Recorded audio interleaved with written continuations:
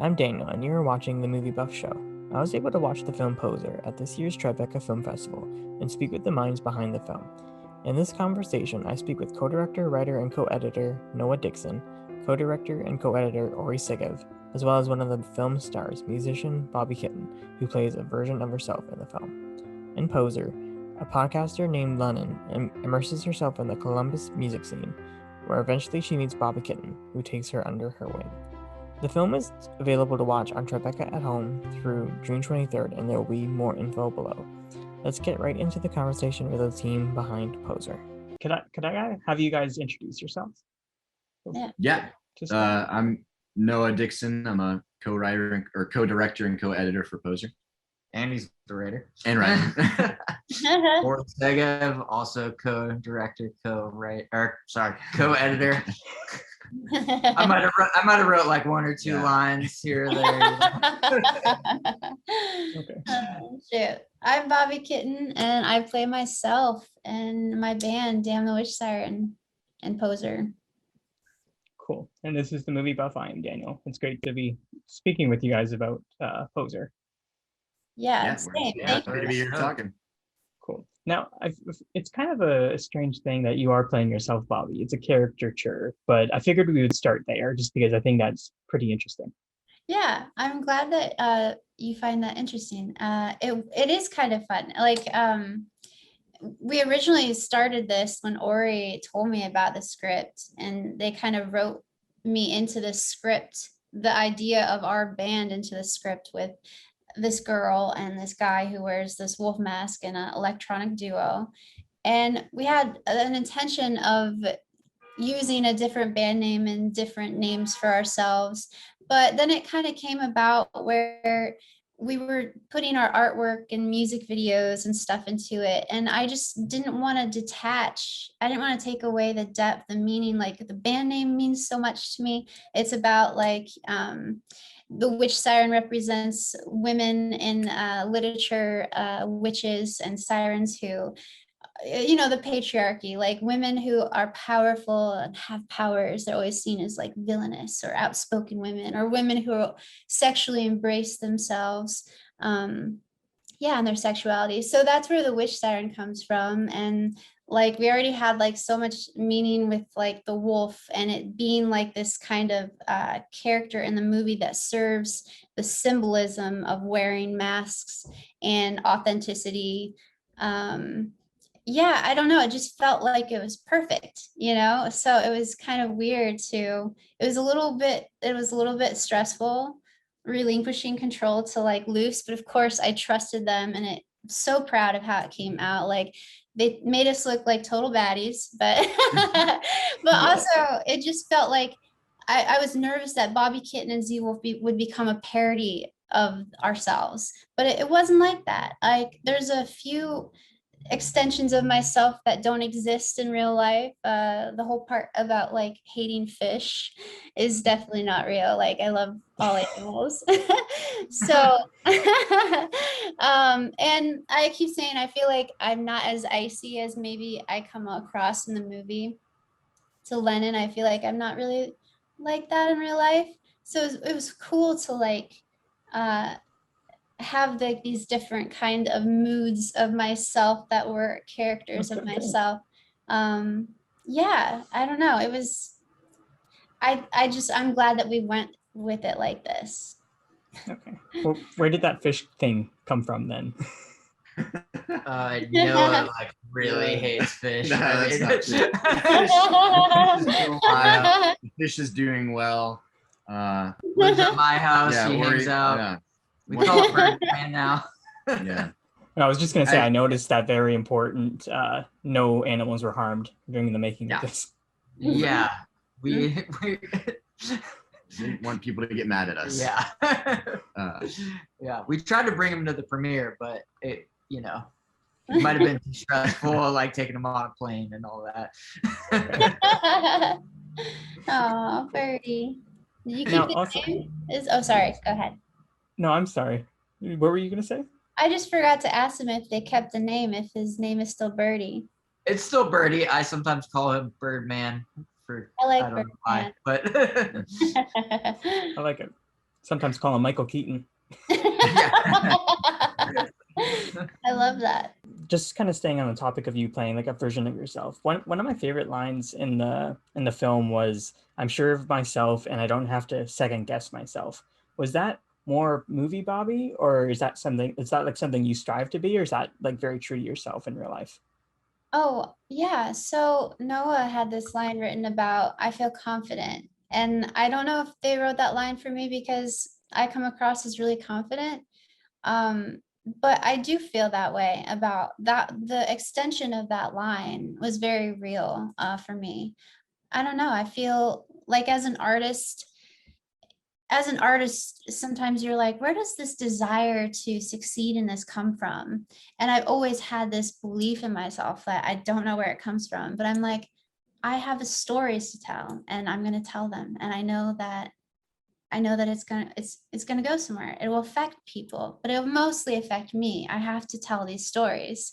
So whenever I've been inspired to like write a song or just like express myself through my band in a medium like music videos or however, or throughout my life, I feel like there's been always been this drive where I've always loved that. I've had faith in that deep down to my core. Like, I don't know how to explain that, but yeah, just, I don't know. Like, I never second guess myself. Like, I always think I have like an intuition of something that is really deep and meaningful to me. So I don't know, like my finger on the pulse of something that exists. Like I'm like these deities are like speaking to me and I help them like get these songs out of myself like a vessel. It sounds really esoteric and crazy, but I feel that way. Not crazy at all. I love it. Cool. Now, for you guys, what was it like depicting the Columbus underground music scene? I think is how you would say it. Yeah, I mean, it was a long time coming because these are the shows and locations and music and friends that we had been hanging out with for years. And I think that's why we really kind of leaned into this as kind of our first feature film, because there's something that just felt like the right move to make for us, because all of our experience was kind of built in that world. So we pretty much work with bands and people that we had known and locations that we had known.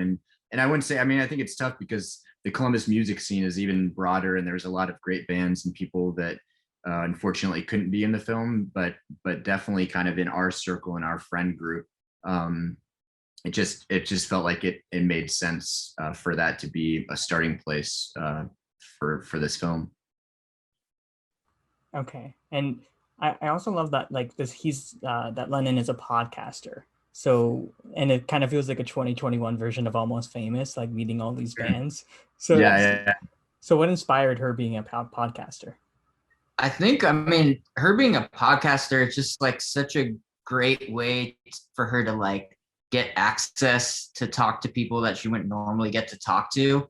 And so like, as we're coming up with the idea, it just kind of like made sense, and it's a great way to like learn more about the bands too, because you're doing an interview and you can kind of hear them talk about themselves, which is what we've done a lot of music documentary as well as music videos, and like we're used to doing interviews, and like even some of our friends that are in the movie, we just interviewed them and kind of like had some questions that we knew we'd want to put into the montage and kind of just see what answers they give us, and it was really fun to do that. And I feel like the podcast was just a great vessel for her to kind of get in with these bands.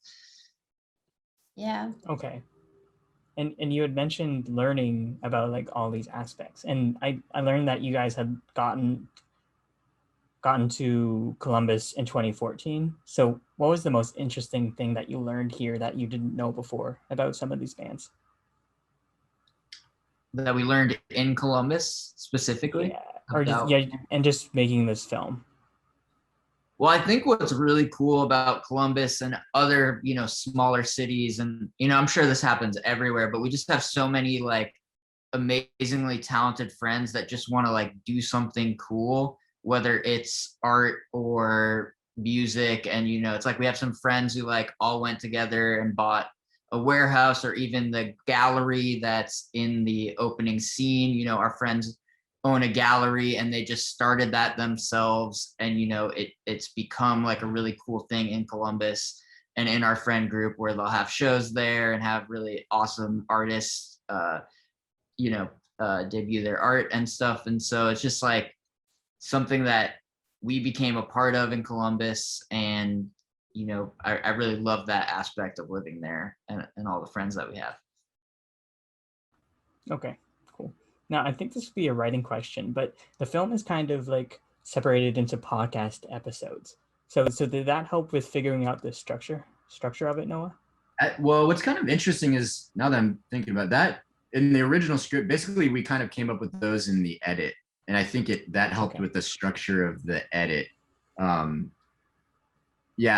first cut. So yeah, in the script, we didn't break it up in that way. But I think as we edited, I add those and we all kind of really like them. I kind of just did them almost just to test them to see if it helps kind of break things up in a way.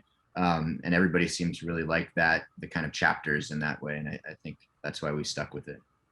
Okay, that's super cool finding the film in the edit. Sorry to cut you off, Ori. Oh no, I was just gonna add, like we definitely had some of the stories, and like even when we were shooting, like we kind of had that idea in the back of our heads that we were gonna do that. And you know, it just sort of was also a way to kind of what I really like about it is it's like a way you can just jump out of a scene like whenever you want and just go into something completely different by kind of breaking it up that way. Yeah. Okay. Now I have 3 that I really want to get to. If it's okay if I ask 3, and then we'll wrap up. Oh yeah. Of course. Don't feel rushed. All right. Yeah. No, don't worry. I was just looking at the time and I was like, okay, I need to know. No, you're good. I'd love to ask just like the first scene where Lennon starts singing. What was that a special moment on set? Because she has such a nice voice. Well, what's kind of cool about that is like, even originally when we cast Sylvie, like I don't think we realized like how amazing a singer that she really is.